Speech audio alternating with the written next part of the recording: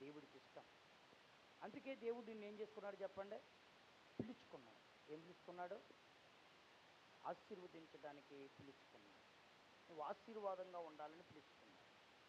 మన నోట ఏ వచనం పలకమన్నాడు చెప్పండి? నిన్ను నువ్వే ఎదవ బతుకుని తిట్టుకోకూడదు, సచ్చినా బాగుండని తిట్టుకోకూడదు, ఎంత కష్టపడినా ఇంతే అనకూడదు. ఎప్పటికైనా దీవిస్తాడు. నేను చేసే పని ఆశీర్వదిస్తాడు, నేను చేసే ఉద్యోగాన్ని దీవిస్తాడు. ఒక్కడికి నాకు ఈ కష్టాలు ఉండవు. నాకు ఒక్కొక్కరు ఏమంటారు తెలుసా? యాదవ బతుకు వచ్చినంత వరకు ఈ కష్టాలు తప్పవు అంటారు. నువ్వు ఎంత ప్రార్థన చేస్తే ఫలితం ఏముంది? దేవుడు ఏమంటాడు చెప్పండి? నువ్వు అవును గాక, నువ్వు అనుకున్నట్టే అవును గాక అంటాడు.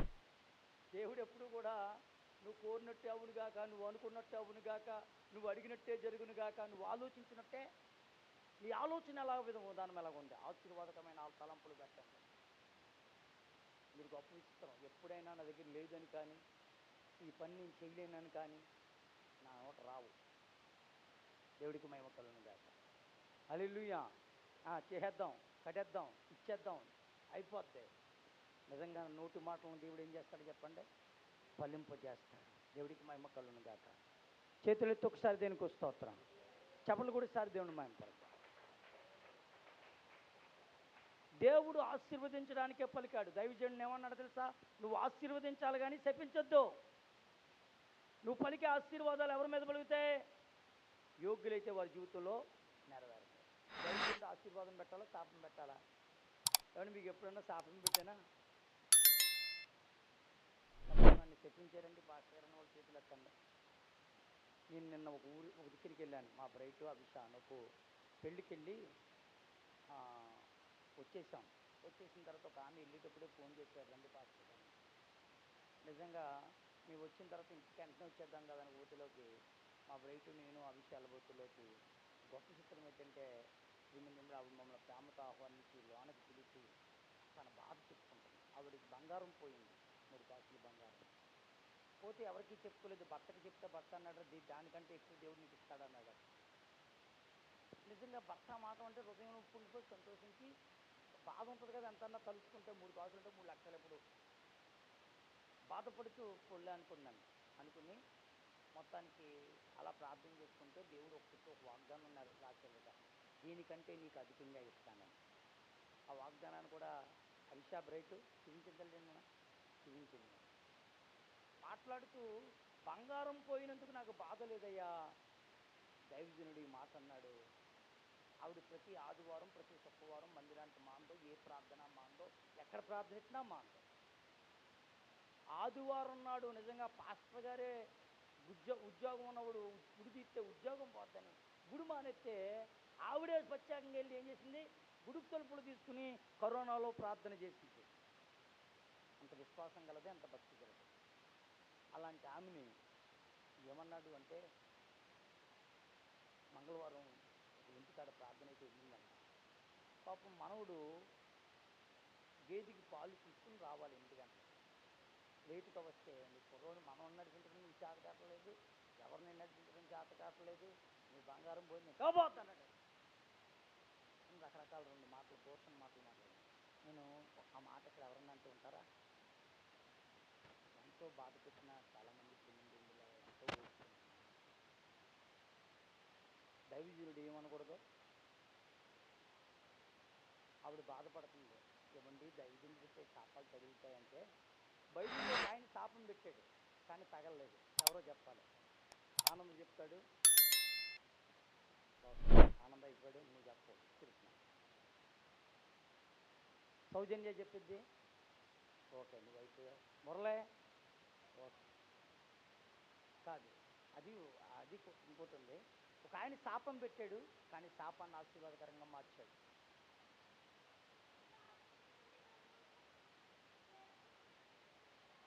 ఏమా బాబా సభలు కొడితే దేవుని మేము పడతాం, చప్పలు కొట్టండి. గాడిదేనేమో అభిష, బెలవనేమో బాబాయ్. ఓకే చప్పలు కొడిసారి దేవుని మేము పడదాం.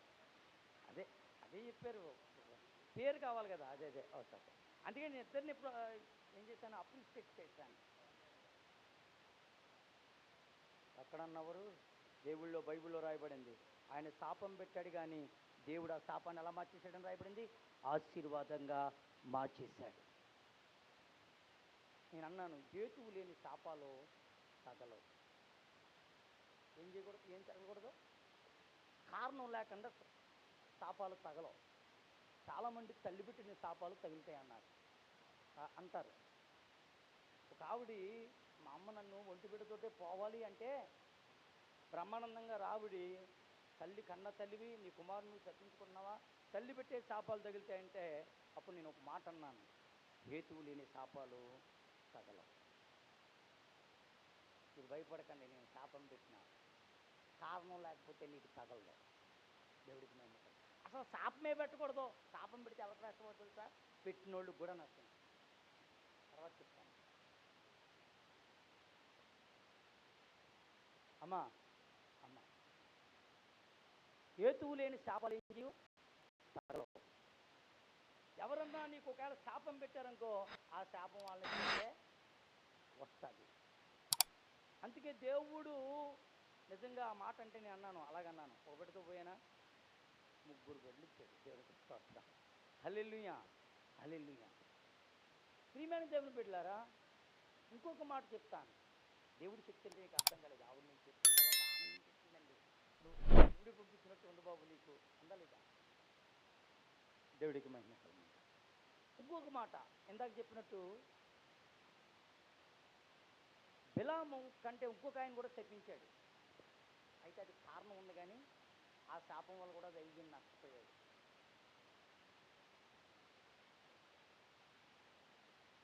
ఒక దైవజనుడు శపించాడు.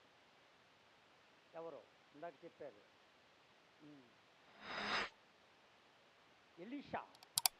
ఎలీషాను బోడివాడా అన్నారు.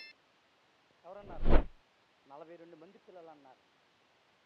పిల్లలంటే అప్పుడు ఆయన ఏమన్నాడు, నేనే దైవజనుడిని అయితే ఎలుగుబంట్లు వచ్చి మీ 42 మందిని చీల్చి చంపేయండి కాక.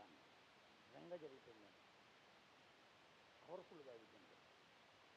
అయితే అక్కడ ఏముంది, వాడు బోడివాడా అని ఏలన చేశాడు. అక్కడ తగిలింది. కానీ దైవజనుడికి ఏముందో తెలుసా? ఒక దైవజనుడు చెప్పగా వివరించగా నేను విన్నాను. వినందిరా, ఆ ఏ దైవజనుడు అయితే ఆ కారణాన్ని బట్టి రోగంతో చనిపోయాడు. ఎవరు చెప్పండి? ఎలీషా. అందుకే మీ నోట ఆశీర్వాదం వచ్చినాలు కానీ శాపం వచ్చినాలు. కాబట్టి మనకు హేతు ఏది ఉండదు. సర్వసాధారణంగా హేతువు లేని శాపాలు సర్వసాధారణంగా ఎప్పుడూ జరగవు. కానీ ఒకవేళ ఎవరన్నా శాపం పెట్టినా మనం ఏం చేసుకోవాలో తెలుసా? అవి బాబు సెటిల్ చేశారు, అవి బాబు సెటిల్ చేశాడు అనుకోవద్దు. బాబా నువ్వు గొప్పవాడు, ఏసు రక్తం ప్రతి శాపం నుంచి నన్ను ఏం చేస్తుంది? ఒకవేళ తప్పు చేస్తే ఒప్పుకోవాలి, తప్పు చేస్తే ఒప్పుకోవాలి. కాబట్టి పిల్లారా, నన్ను తల్లి చెప్పించింది, నన్ను తండ్రి చెప్పించాడు, ఇదిగో నన్ను పాస్టర్ గారు చెప్పించారు, నన్ను జంజి వేసుకున్న పంతులు చెప్పించాడు అనుకోవద్దు. హేతువు లేని శాపాలు ఏంటంటే దేవుడికి మహిమ కలిగింది. అసలు దైవజనుడిని ఏమన్నాడు తెలుసా? నిజంగా దైవజనుడు అలా చూపిస్తే ఆవిడ చాలా బాధపడిందని వాక్యాన్ని బట్టి ధైర్యపరచు. కాబట్టి కన్న తల్లిదండ్రులారా, నా మనవి, మీ పిల్లలకి శాపాలు పెట్టద్దు. ఆ శాపం నీ నెత్తి మీదకే వస్తుంది. ఒకరికొకరు మనం ఏం పెట్టుకోకూడదు తెలిసి చెప్పండి? శాపాలు పెట్టుకోకూడదు. మన ఎందుకు పిలిచాడు? ఆశీర్వాదాలు పలుకోవడానికి. బతుకంతే, నా జీవితం ఎంతే, నా బతుకు మారదు, దచ్చే వరకు నాకున్న బాధలు పోదు. పంట వస్తే ఏమీ రాలేదు, నువ్వు దాచుకో, కానీ చెప్పాలి ఏమీ రాలేదు అని అబద్ధం ఆడుకో. దేవుడికి నమ్మకం. ఏమీ లేదు, 10 రోజులుకుంటే రేపే చచ్చిపోతానంటారు. ముందే అసలు నిన్న చచ్చిపోవాలంటే ఆగినంటారు. ఇంకా నెలకొంటుంది. అలాంటి పరిస్థితులు నీ నోట ఏమాత్రం కూడా ఏం చేయకూడదు, రావడానికి వీలు లేదు. ఎందుకు అంటే దేవుడు మనల్ని ఆశీర్వదించడానికి పిలిచాడు. ఇంకేం పెట్టకమ్మా, ఇప్పుడు నాకు అవ్వలేదు కదా, నెట్ట కూడా లేదు. దేవుడు ప్రియమైన దేవుని బిడ్డలారా, మనల్ని ఆశీర్వదించడానికి పిలిచాడు. మనల్ని ఆశీర్వదించడానికి పిలిచాడు. దేవుడు ఆశీర్వాదాలు మనం పొందుకోవడం ఎలా అంటే, భయభక్తులు గల వారిని దేవుడు ఆశీర్వదిస్తా అన్నాడు. 115వ కీర్తన 16వ చరణం. పిల్లలనేమి పెద్దలనేమి దేవుని యందు భయభక్తులు గల వారిని ఆశీర్వదిస్తాను అన్నాడు. పిల్లలనేమి పెద్దలనేమి యెహోవా యందు ఉందామాట అమ్మ. 115 16 116 15 అవును, ఎస్, 115 13. పిల్లలనేమి పెద్దలనేమి తన యందు భయభక్తులు గల వారినందరినీ యెహోవా ఆశీర్వదించును. దేవుడు నిన్ను ఆశీర్వదించాలంటే దేవుడి యందు భయభక్తులు కలిగి ఉండాలి. అంటే చెడుతనాన్ని అసహించుకోవాలి. భయభక్తులు అంటే మీరు అనుకుంటున్నారు కమం తప్పకన్నా మందిరానికి వచ్చేయడం అనుకున్నారు కనుక. మందిరానికి వచ్చినా కొంతమంది తాగుడు మానరు, కానీ కరెక్ట్గా గుడికి పోతారు. కొంతమంది మందిరానికి వచ్చినా కొన్ని రకాల పనులు మానరు. నా నోటితో నేను చెప్పకూడదు. కానీ ప్రియమైన దేవుని బిడ్డలారా, అవి భయభక్తులు కాదు. భయభక్తులు అంటే ఏంటో తెలుసా? చెడుతనాన్ని విడిచిపెట్టాలి. దేవుడికి ఏది ఇష్టం లేదో అది విడిచిపెట్టడమే దేవుని యందు భయభక్తులు కలిగి ఉండుట. చేతులెత్తి ఒకసారి దేనికి స్తోత్ర. హల్లెలూయా. దేవుడు మందిరానికి వెళ్ళిన అని చెప్పలేదు. దేవుడు ప్రియమైన దేవుడు పాటలు పాడేవాళ్ళని అని చెప్పలేదు. దేవుడు ప్రసంగాలు చేసేవాడిని అని చెప్పలేదు. కానీ ఎవరిని ఆశీర్వదిస్తాడట? భయభక్తులు గల వారిని దేవుడు ఆశీర్వదిస్తాడు. రెండవ మాట పిల్లరా, దేవుని సన్నిధిలో పరిచర్య చేసేవారిని కూడా ఆశీర్వదిస్తాడు. ఎవరినమ్మా? అలా దేవుడి సన్నిధిలో పరిచర్య చేసింది ఎవరు? సమూయేలు. Very good. సమూయేలును దాను మొదలుకొని బెర్షెబా వరకు ఎంతో గనుడిగా చేశాడు. పరిచర్య చేసేవాళ్ళని ఆశీర్వదిస్తాడు. పరిచర్య చేసేవాళ్ళకి ఏమిస్తాడో తెలుసా? ఆరోగ్యం ఇస్తాడు, ఆయుష్నిస్తాడు. చావు దాకా వచ్చిన కార్యాలు ఆపుతాడు. అసలు చచ్చిపోవాలి, కానీ దేవుడు ఏం చేస్తాడు? కనికరించి ఆపుతాడు. పరిచర్య చేసేవాళ్ళు ఎవరినన్నా చూడండి. పరిచర్య చేసేవాళ్ళు కాలర్ పాపే ఉంది. ఎన్నిసార్లు చచ్చిపోవలసిందో తెలుసా? హార్ట్ సర్జరీ అన్నీ చాలా పరిచర్య చేస్తుంది. పరిచర్య ఎవరికి? పాస్టర్ గారికా? దేవుడికా? ఎవరికమ్మా? దేవుడికి చెయ్యాలి. అంటే పాస్టర్ గారు చేసిన ఎవరు గుర్తిస్తాడేగా? దేవుడు గుర్తిస్తాడు. పాస్టర్ గారు గుర్తించుకోలేకపోవచ్చు, కానీ నువ్వు చేసే పరిచర్యను ఎవరు గుర్తిస్తాడు? స్వర్ణలత గారు ఎప్పుడో పోవాల్సిందే, కానీ ఆవిడ పరిచర్య ఇంకా ఎంతో పరిచర్య చేసింది. దేవుడు ఆ ప్రాణంతో చేశాడు.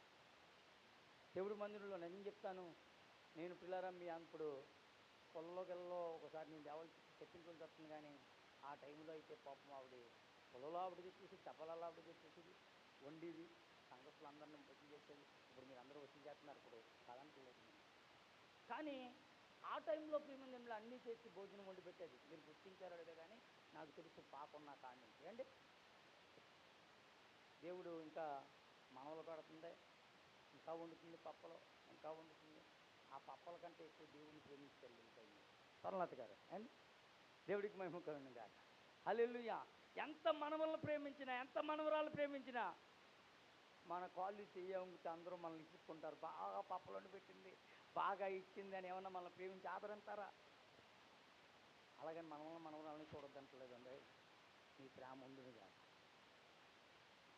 దేవుడి మీద ఎక్కువ, దేవుడి కంటే ఎక్కువ మనం ఎవరిని ప్రేమించకూడదు. దేవుడి తర్వాత ఎవరికైనా స్థానం ఇవ్వాలి. దేవుడికి మహిమ కలుగును గాక. హల్లెలూయా. పరిచర్య చేసేవారిని దేవుడు ఆశీర్వదిస్తాడు. ఆరోగ్య ఆయుస్సులు లాంటివి ఇస్తాడు. మూడోది, దేవుడు ఎవరిని ఆశీర్వదిస్తాడు అంటే దేవుడు మాట విన్న వారిని ఆశీర్వదిస్తాడు. ఏమండి, సన్నంగా ఉన్న దానియేలుని తెరొద్దన్నాడు అన్నాడు దేవుడు. ఎవరితో? మానేసేయి. ఎంతమంది ఇచ్చాడు? ఆనదలాంటి ఒకడు కట్టుకుంటే నాకంటే లాంగ్గా ఉన్న వాళ్ళు అంటోళ్ళు 128 వారి భార్యలు, వారి పిల్లలు అందరూ సింహానికి ఏం చేస్తే ఆశీర్వాదం కాదంటారు. అట్లకి దేవుడు మాట్లాడినందుకు కాకులు చెంచాకు ఉప్మా ఉంటే చెంచాను ఒట్టుకుపోతాయి, గ్లాసులో టీ ఉంటే గ్లాసులే పట్టుకుపోతాయి. అలాంటి కాకులు దేవుడు మాట విని ఏలియాకి ఏం పెట్టాయమ్మా? ఆహారం పెట్టే, నిజంగా కరువు కాలంలో రొట్టె తెచ్చిచ్చే, మాంసం ముక్కలో తెచ్చిచ్చే. అవి అనుకోవచ్చు కొద్దిగా తింటే బాగుండు, ఇలా పొడుచుకుంటే బాగుండు. No no no no. ఎవరి మాట? దేవుడు మాట. చేతులెత్తి ఒకసారి దేనికి స్తోత్రం చెప్దా. చప్పట్లో బలముగా కొట్టి ఇంకా గట్టిగా మీ చేతులు అమ్మ చప్పలు కొట్టడం వల్ల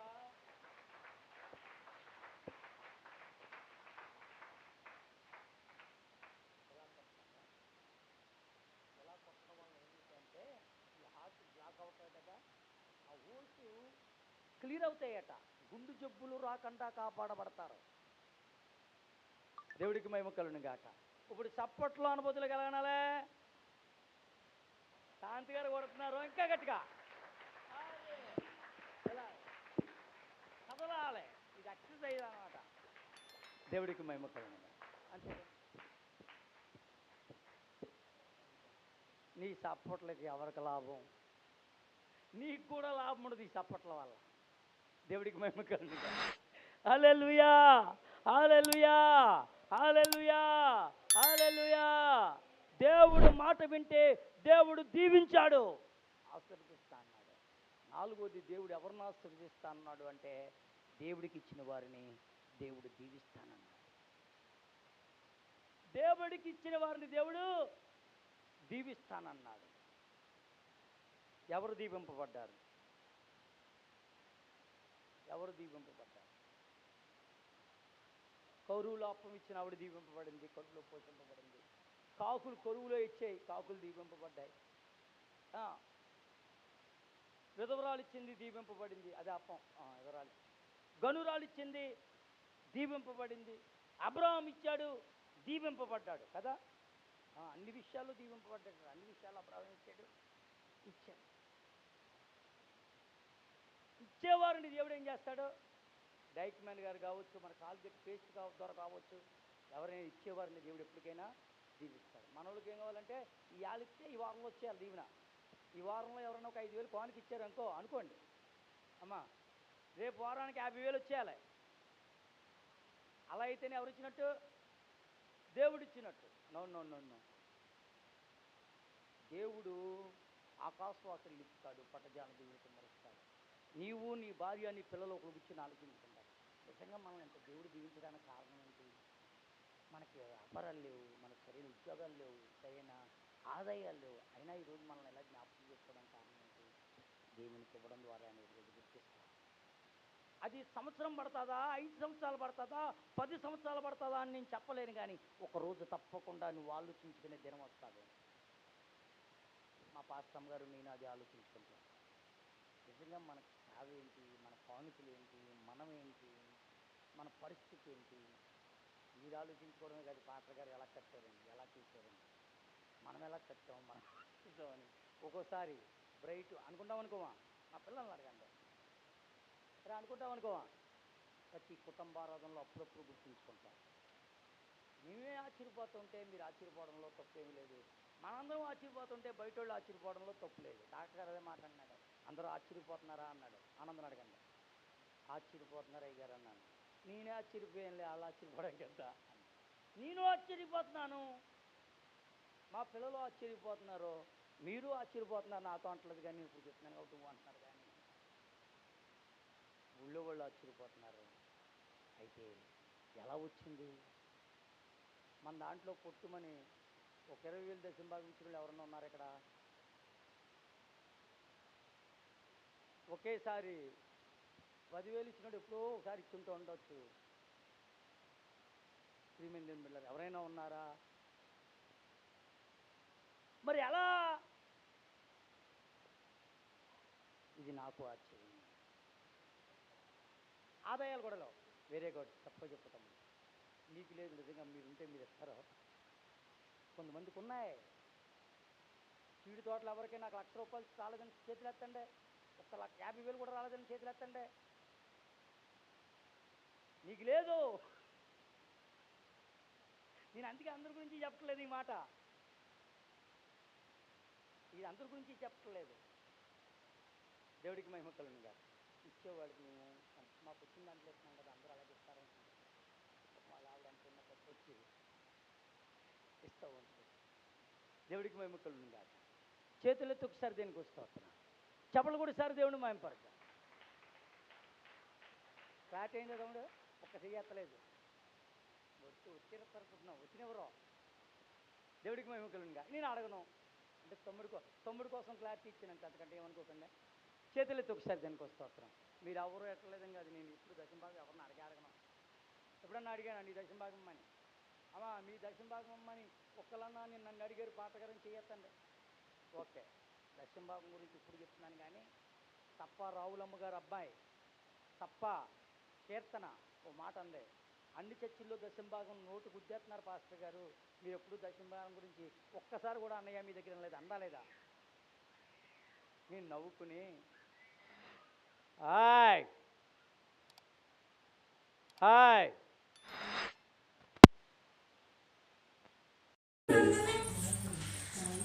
అడిగితే ఇచ్చాడు కాదు. పాస్టర్ గారు అడుగుతారు. మీకు కూడా తెలుసా ఉప్పాడు దాసు గారి గురించి ఎంతమంది విన్నారు?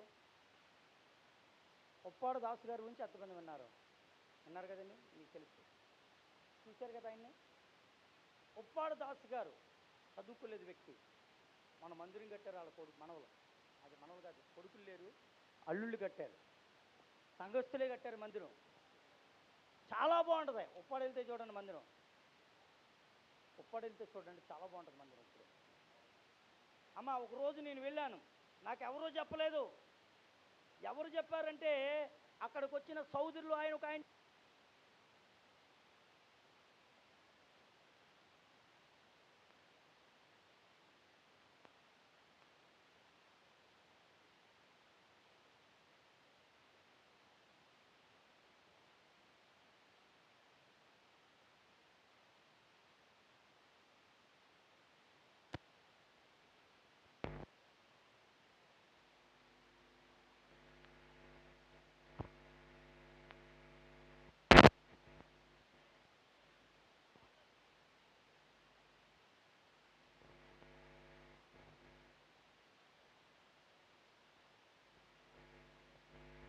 అండి ఈ దాసు గారి దగ్గరికి వస్తూ ఉంటే, అమ్మా ఈ దాసు గారి దగ్గరికి కదపకండి, చైర్స్ కదపకండి, ఎవరు చైర్స్ కదపకండి,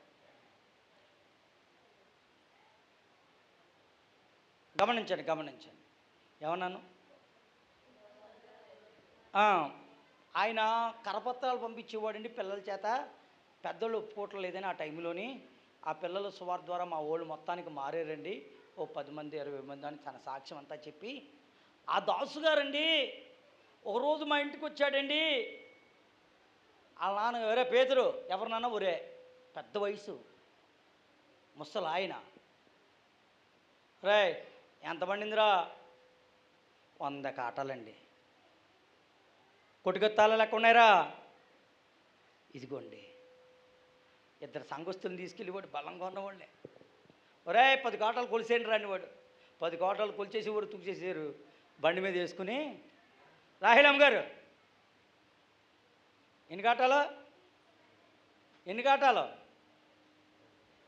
బండి రెడ్డి గారికి చౌదరి గారికి 100 కాటాలు. ఇప్పుడు ఎన్ని కాటాలు అమ్మ? ఎన్ని కాటాలమ్మా? కొలిసిని 10 కాటాలు కొలిసి పట్టుకుపోయి, ఒరే దేవుడు సొమ్ము తినెత్తే నువ్వు ఎక్కడ బాగుపడతావురా అని పట్టుకుపోయేవాడట. నిజంగా అతను చెప్పాడు, అలా దైవజనుడు పట్టుకెళ్ళాడు. ఈరోజు మేము ఎంతగానో దీవింపబడ్డాం. అడగకూడదు దైవజనుడు, కానీ ఆ దైవజనుడు వాళ్ళకి నేర్పించడానికి అడిగాడు. దేవుడికి మహిమ కలుగును గాక. ఒకవేళ ఇప్పుడు ఎవరి దగ్గరైనా నేను తప్పు జారిపోయి అలా అడిగాను అనుకో, పాట్ర గారు అంతకే 3 అంతస్తుల బిల్డింగు కట్టాడు. ఇలా అడిగితే ఎన్ని అంతస్తుల బిల్డింగ్ అన్నా కట్టొచ్చు అంటాడు. అడగకుండానే తగ్గోలేడెత్తున్నారు. అవునండి, నేను గొప్ప చిత్రం ఏంటంటే పంతులు గారు కదలడం. పాస్టర్ గారు కూడా నేను పెళ్లి చేయడానికి వెళ్ళాను మొన్న. ఎవరు ఏం పేరు, ఏ ఊరురా పెళ్లి చేయడానికి వెళ్తా? దొరమావుడి. రేపు రేవడపాలెం పెళ్లి చేస్తాను. ఆ పాస్టర్ గారు ఇలా మనకి అయిపోతే దొరకరండి అని చెప్పి ఏం చేశాడంటే పెళ్లి కూతురు నా అమ్మనే నాన్న పిలిచాడు, పెళ్లి కొడుకు అమ్మనే నాన్న పిలిచాడు. పాస్టర్ గారికి డబ్బులు అన్నాడు. అలా అయినా ఆడవాళ్ళు ఉంటారు, అలా తిరిగారు.